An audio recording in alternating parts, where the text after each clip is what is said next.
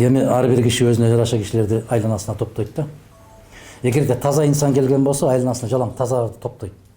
Биздин мамлекетти өзгөртүү бир түккө турбаган эле кыз жумуш.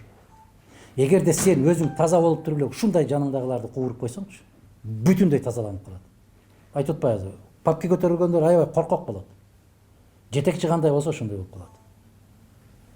Биз ошол булактын көзүн тазалап койсок, анан арык деген арык, андан аккан суу кандай агат, ошо булактын көзүнө жараша болот. Менин көзүм жетет, алтын айайым. Аябай кыска мөөнөттө ушулардын баарын ордуна салганга көзүм жетет. Мен ишенимдүү түрдө айта алам. Баягы айтып атпайбызбы? Ошол бүгүнкү эле жасакерленип, ошол дасторкондун четинде отуруп алып бата берип ыйлап аткандар, кече Атамбаевка ыйлап бата берип аткандар. Кече коммунисттик партиянын Абыт Ибраимов деген залкар инсан бар. Анын кадырын көпчүлүк билбей жүрөт. Ушу киши айтты, чоң бир жыйында айтты. Баатырлардын столунда отуруп алып айтты. Кыргызстанда баатыр болуш үчүн эрдик жасаштын кажети жок.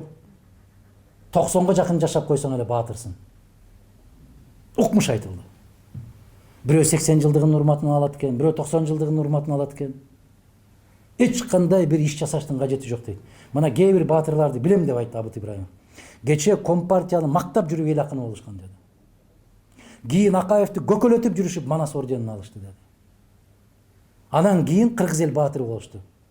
Бирок алардын чыгармаларынын бирөөсүн билбептирмин мен. Бирөөсү Компартияга каршы күрөшөлү деп кыйкырган жок, бирөөсү Акаев туура эмес кылып атасың деп бир жазган жок, бирөөсү президентке каршы бир жазган жок. Ошон үчүн баатыр деп айтты. Укмушпу? Керемет сөз.